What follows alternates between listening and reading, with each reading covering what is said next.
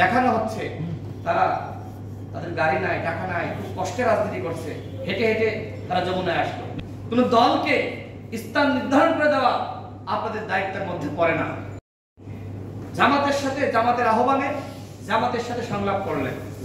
BNP 5 থেকে 7 দিন আগে জানিয়েছিল, যিনি বিএনপির স্থায়ী কমিটির সদস্য সালাউদ্দিন আহমেদ সাহেব, তিনি গণমাধ্যমে ফাঁস করে দিয়েছেন যে আমরা দেখা করতে চেয়েছি, আমাদের সাথে দেখা করেননি।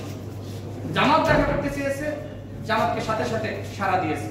তো এরপরে বিএনপির সাথে তো দেখা না করে আর উপায় নাই, দুইটা দলের সাথে দেখা করার সিদ্ধান্ত আমরা জানলাম। খুব ভালো কথা, বড় দুটি দল, আপত্তি নাই। পরের দিন আবার সেই একই দলের সাথে জামাত বিএনপির পরে 4 জন প্রতিনিধি হেঁটে হেঁটে যায়। দেখানো হচ্ছে তারা তাদের গাড়ি নাই, টাকা নাই, খুব কষ্টে রাজনীতি করছে, হেঁটে হেঁটে তারা যমুনায় আসলো, মিডিয়াতে এসেছে, আসছে না? এইভাবে দেখানো হলো। তো কেন, কি উদ্দেশ্যে?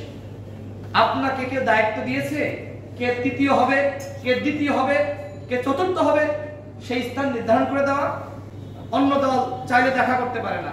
উপদেষ্টারা হয়েছেন একজন রাজমহলার, মানে চেয়ার পেয়ে তারা মনে করছেন যে এই চেয়ার আজীবনের জন্য, আমাকে আর এই চেয়ার থেকে কেউ সরাইতে পারবে না। হাসিনা এটা ভাবতো, কোনো লাভ হয়েছে? সুতরাং বলবো, সংস্কার করেন, জনগণের মতামত নিয়ে, দলগুলোর মতামত নিয়ে এককভাবে সিদ্ধান্ত নিলে সেটি কেউ মানবে না। কোন দলকে স্থান নির্ধারণ করে দেওয়া আপনাদের দায়িত্বের মধ্যে পড়ে না। সবার সাথে সমতা নির্ধারণ করেন, সাম্য ন্যায় বিচার সৃষ্টি করেন। ন্যায় বিচারের নামে আপনারা তো অবিচার করছেন, ন্যায় বিচারের নামে আপনারা বৈষম্য বাড়াচ্ছে। বৈষম্য কমেছে কোথাও? এই যে সচিবালয়ের কর্মকর্তারা আন্দোলন করছে, কেন? হঠাৎ করে কি এমন প্রয়োজন পড়লো যে একটি বিধান আপনাদেরকে জারি করতে হবে, এখনই করতে হবে? আলোচনা করতে পারতেন না? তাদের সাথে বসতেন, ডাকতেন, সংলাপ করতেন, এরপরে আপনারা বিধান তৈরি করতেন, কোনো সমস্যা হয়তো? কিন্তু আপনারা কি করলেন? হুট করে একটি সিদ্ধান্ত নিলেন। এনবিআরের ক্ষেত্রে একই অবস্থা হয়েছিল, হুট করে সিদ্ধান্ত নিল, এরপরে বাতিল করলো।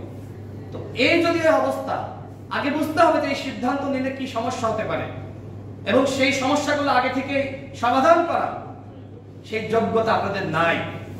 এক অযোগ্য ব্যক্তিদের মাধ্যমে এই উপদেষ্টা পরিষদ গঠিত হয়েছে।